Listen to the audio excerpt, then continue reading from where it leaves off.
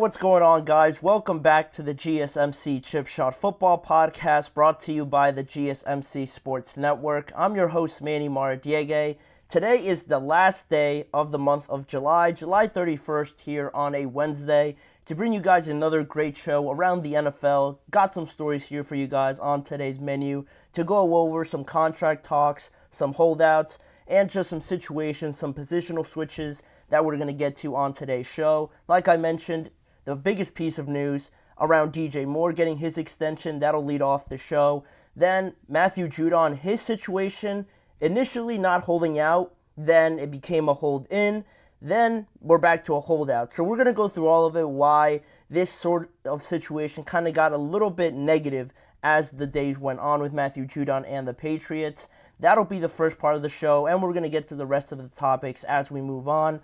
But before I do start, like I always do, I'd like to remind you guys, if you have any questions or comments, to please use the tip and donations link that you see on your screen, gsmcpodcast.net. By using that link, I'm able to see your question, read it out loud, and get your guys' thoughts on anything you'd have to say or comment about on today's show. It's a big help for the show and also this network, so we always appreciate it whenever you guys are able to use that with any questions or comments that you may have. Again, the tip and donations link is gsmcpodcast.net.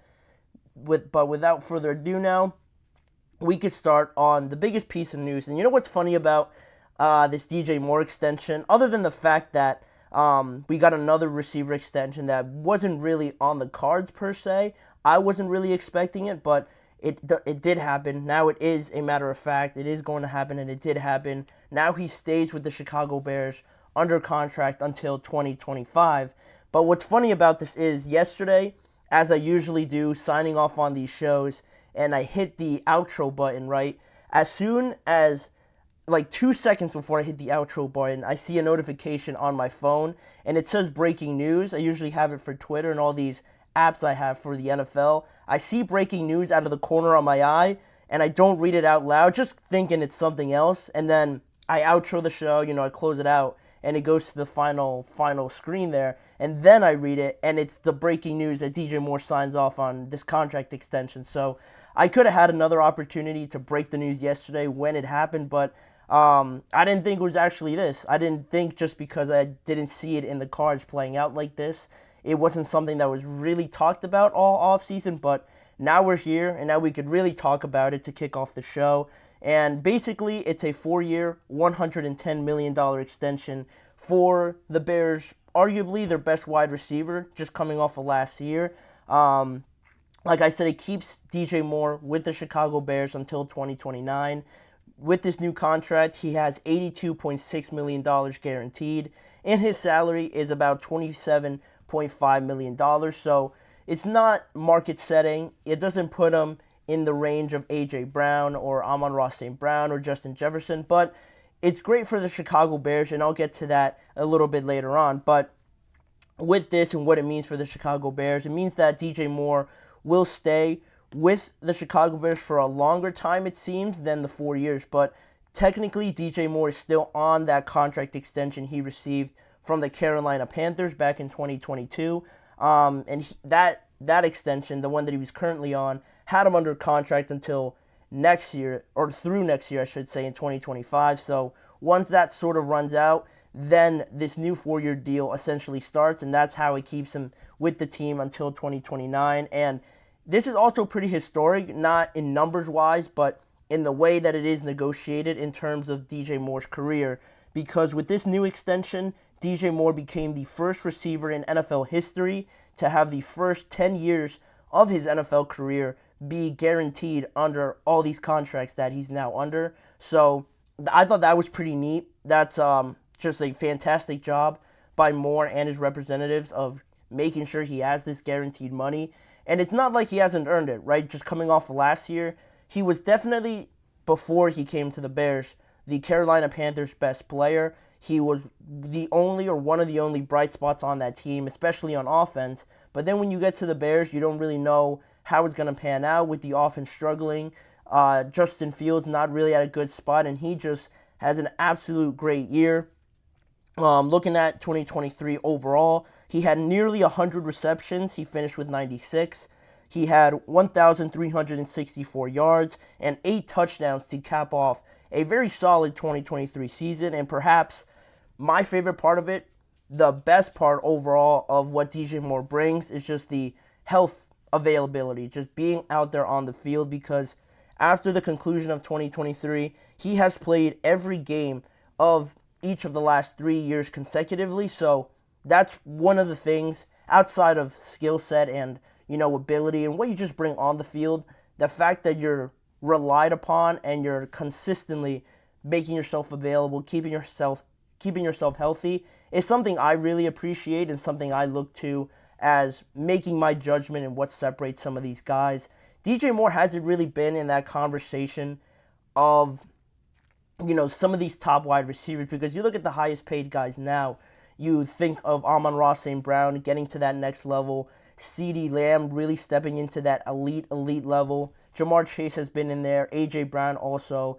Devontae Smith, I think, is almost talked about a little bit more than DJ Moore, but after last year, I think now more people should and will start talking about DJ Moore in more of that light, because these numbers are right up there with some of those guys in just contention stat-wise. So not only is that impressive, already in the past, establishing himself as this team, probably this team's best player, but going forward, I mentioned before how what this means for the Chicago Bears. I talked about it before.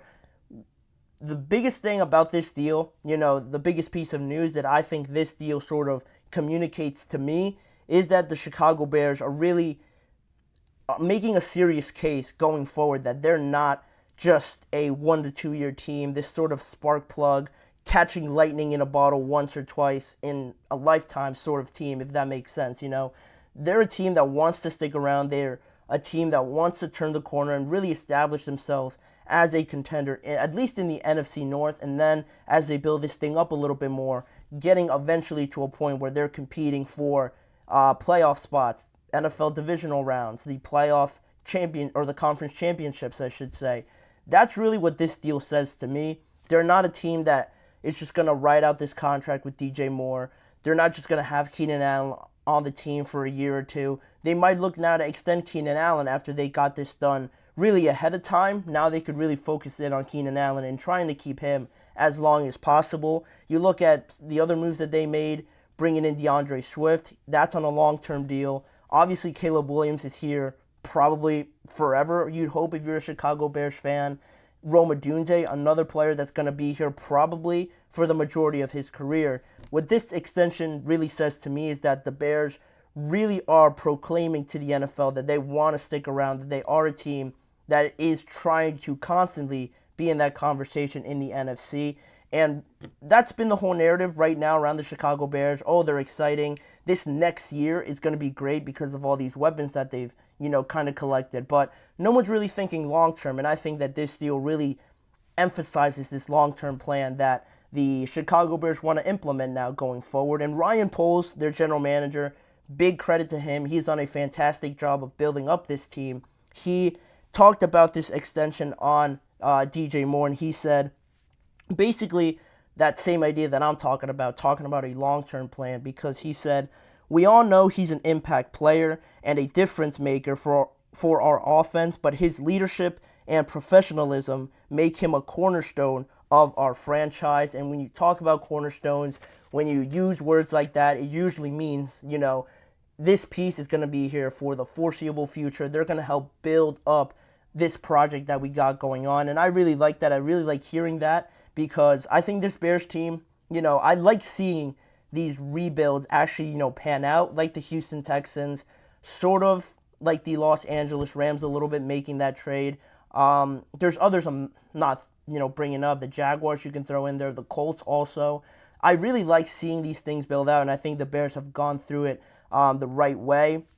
And now, sticking with DJ Moore here just before I close out this segment, he joins a list of already 10 wide receivers to have gotten extended already this season, at least by my count. So it just screams to the bigger issue around, I guess, the NFL, that really, it shows how much these teams are valuing the wide receiver position, because, like I said, this DJ Moore extension wasn't really something that was on the cards, but because of how the landscape is shifting a little bit towards these receivers getting these massive deals, teams are now valuing them almost as much as quarterbacks, pass rushers, so they want to get these deals done. And you can see it by the amount of receivers that have already locked down extensions this offseason, and it still looms over Brandon Ayuk. What's going to happen with him? What's going to happen with CeeDee Lamb? Because those guys are definitely guys you want to keep around as cornerstones like DJ Moore is for the Chicago Bears. But overall, great decision. I love that they did this almost like ahead of time, like I said,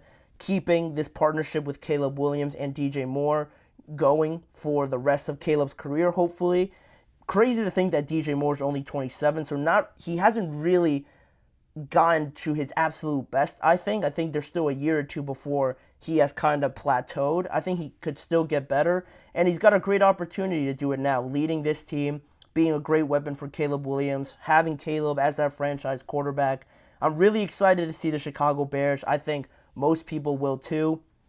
They're really going to be competitive, I feel like, because not only do they have the offensive playmakers now, obviously, but that defense is one of the more underrated ones. So overall, big credit to the Chicago Bears, DJ Moore for earning this contract, and Ryan Poles.